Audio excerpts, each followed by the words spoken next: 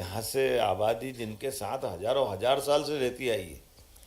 हमारे यहाँ तो फिर भारत का चुनाव चिन्ह, भारत का अपना राष्ट्रीय प्रतीक चिन्ह देख लो, तो उस प्रतीक चिन्ह में क्या दिखाई देगा अशोक के ज़माने से। हमने तो वो सब चीज़ देखी है जिससे अपनी सहअस्तित्व की भावना का आनंद आता है।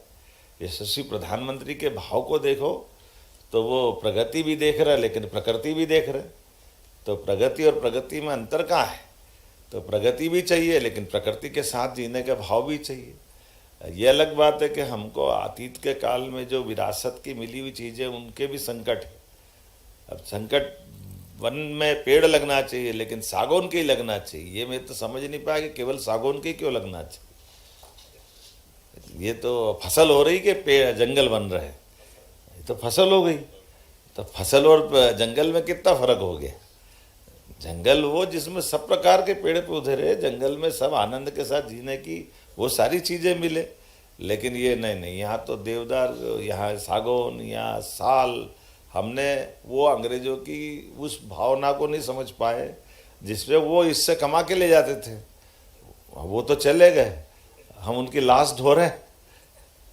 बड़ी मुश्किल है हमारी। हम उस रास्ते पे जा रहे हैं जिस रास्ते से हमको बाहर आना चाहिए।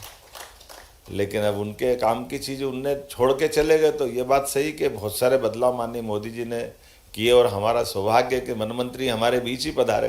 तो हमारे कष्ट में आपकी छतरी में ही हमको छाया मिलेगी, हमको आपसे ही इससे बंधन से मुक्ति मिलेगी। क्योंकि ये बात सही है कि जब हम अपने प्रकृति आधारित जीवन जीने की बात करेंगे तो बहुत सरलता से बहुत सारी समस्या हल हो जाएगी, बहुत कठिनाई नहीं है। अभी हम जैसे आजीविका के लिए औद्योगिकरण की बात करेंगे, तमाम प्रकार के दूसरी चीज़ों की तरफ ले जाएंगे। लेकिन वन आधारित जीवन में तो कोई ज़्यादा झंझट ही नहीं है।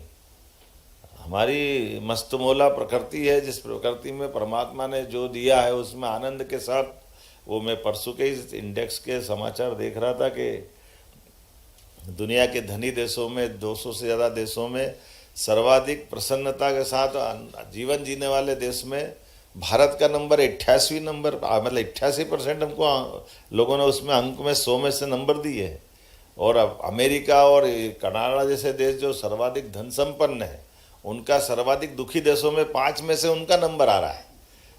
तो आखिर ये विरोधाभास की व्यवस्था में जीवन में हमारी मस्ती कहाँ से आती है, हमारे सुख कहाँ से मिलता, जीवन पे प्रकृति के साथ जीने की प्रेरणा कहाँ से पाते हैं।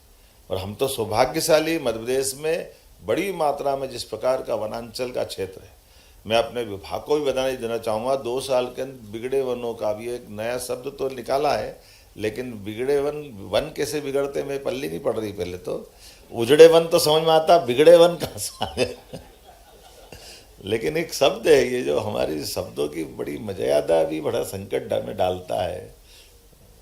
अब वो मन बिगड़ा कि आदमी बिगड़ा, भगवान जाने कौन बिगड़ा। लेकिन हमारे लिए अब वनों का क्षेत्र वापस उस तरह से ला रहे हैं। लगभग 1100 गांव वापस उस तरह के बनाए, वन क्षेत्र बनाए। बधाई देना चाहूँगा वन विभाग के लोगों को भी, आप सबकी मदद के माध्यम से, कि हमारे यहाँ ये इस पर्यावरण के लिए और एक कितना प्रयोग अच्छे अच्छे चल रहे हैं। आज की दौर में ये भी आनंद की बात है कि हमने जब अपने प्रकृति में जनजाति समाज की साधना, साधन, संसाधन की बात की है, तो हमने तो ये भी कहा कि अब उस वन क्षेत्र में हमारे पूजा पाठ के स्थान, अगर ये कार्यशाला में ये विषय भी डाल लेना। जलराशि बड़े पैमाने पे जा रही है, तो जाने के लिए मध्य प्रदेश को वो उसका हिस्सा भी मिले, ताकि जंगल केवल मध्य प्रदेश के नहीं, ये जंगल इन सारी नदियों को बचाने के लिए।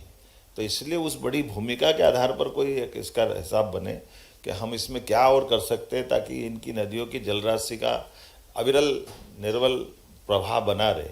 हमने अपने लिए नर्मदा जी को तो नर्मदा समग्र के माध्यम से लिया है, हम चाहेंगे कि बाकी नदियों को भी लें। यशस्वी प्रधानमंत्री के लिए अभिनंदन करें जिनने केन बेतवा और 2 बड़ी नदी जो परियोजनाओं को हाथ में लिया है, जिनके माध्यम से हमको बड़ी धनराशि मिली, जो हमारे जल के माध्यम से कई सारे लोगों को जल का एक तरह से पीने के लिए, गाँव के लिए, सिंचाई के लिए, उद्योग के लिए जल राशि देंगे।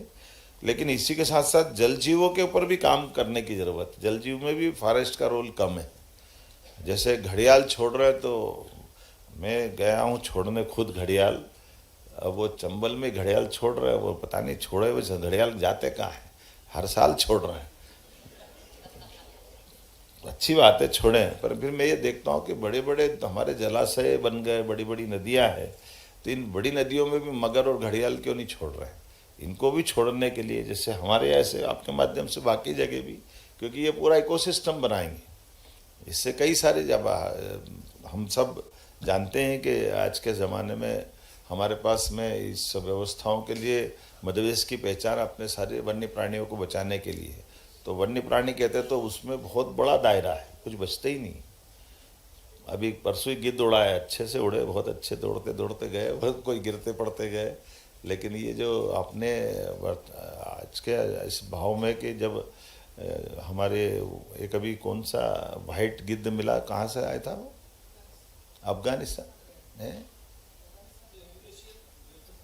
कहाँ कहाँ का था वो?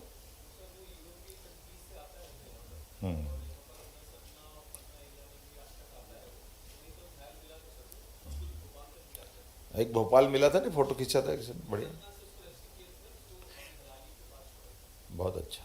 तो ऐसे कई, ऐसे तो ये अपनी एक तरह से वो पुरानी उस भौगोलिक रचना को भी पुष्ट करते हैं, ऐसे वन्य प्राणी मिलते तो आगे आने वाले समय में मैं मान के चलता हूँ कि ऐसे इंटरनेशनल लेवल के भी कोई सेमिनार करना हो, जिसमें इस प्रकार से हमारे जहाँ प्राणी आते जाते हैं उन देशों से मिल कर के।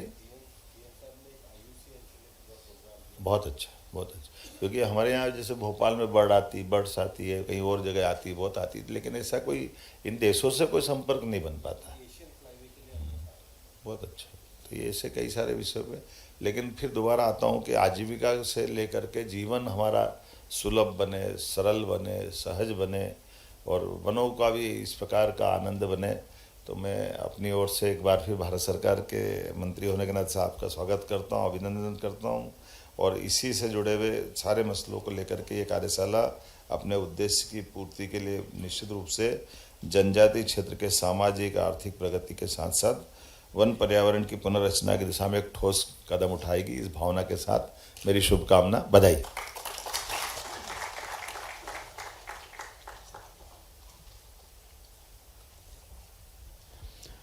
बहुत बहुत धन्यवाद माननीय मुख्यमंत्री जी। और अब ये कार्यशाला का प्रथम वन संरक्षण कार्यक्रम में इस वक्त मुख्यमंत्री डॉक्टर मोहन यादव कार्यक्रम को संबोधित कर रहे थे। इस दौरान उन्होंने जलवायु समर्थ कार्यशाला और वन संरक्षण को लेकर जिस तरह के आयोजन को रखे गए उसको लेकर उन्होंने कार्यक्रम को संबोधित किया गया।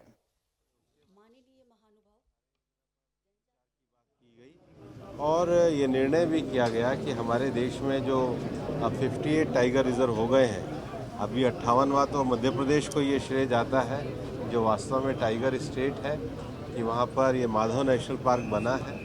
तो इसकी पूरी चर्चा आज सुबह नेशनल टाइगर कंजर्वेशन अथॉरिटी की मीटिंग में की गई। यहाँ पर एक थिंक टैंक के द्वारा जनजातीय समाज के वनाधिकारों, फॉरेस्ट राइट एक्ट और उसके साथ ही साथ जो सरकार की पॉलिसी के अंतर्गत वन उपज है उसमें लोगों की आजीविका को कैसे बढ़ाया जाए उसकी चर्चा हुई है।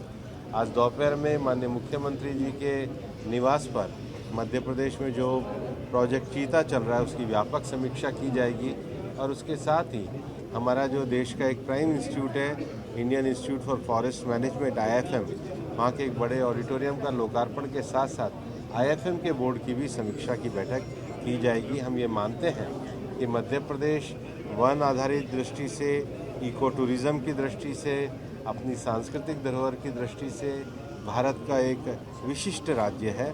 और माननीय मुख्यमंत्री जी बहुत सहृदयता के साथ मध्य प्रदेश के टूरिज़्म के विस्तार के लिए, फॉरेस्ट विस्तार के लिए और फॉरेस्ट क्षेत्र में रहने वाली जो मार्जिनलाइज कम्युनिटीज़ हैं, हमारे ट्राइबल लोगों के विस्तार के लिए पूरी तरीके से निष्ठा के साथ लगे हुए हैं।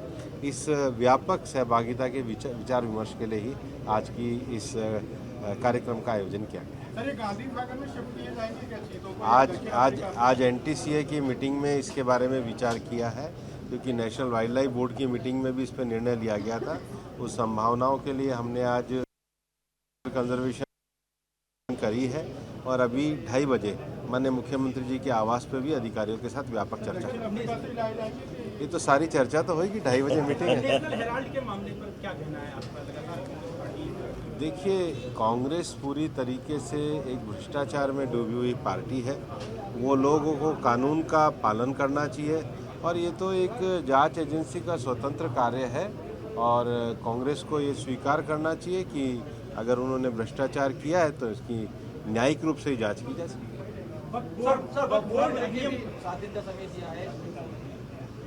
देखिए, पूरे देश में एक लंबे समय से मांग चल रही थी कि वक्फ के कार्य में डॉक्यूमेंट में ट्रांसपेरेंसी आए, महिलाओं के अधिकार मिले, लोगों की धार्मिक स्वतंत्रता को बनाए रखा जाए, वक्फ की प्रॉपर्टी का यूसेज सही तरीके से हो और इसको लेकर के जो एक व्यापक परिचर्चा थी उसको लेकर के सरकार एक सुधारवादी विषयों को लेकर के इस कानून को लेकर के आई है। बाकी जो सब जुडिस विषय है उस पर तो निर्णय न्यायालय लेगा। पराली आज का विषय नहीं, आज टाइगर वाला विषय।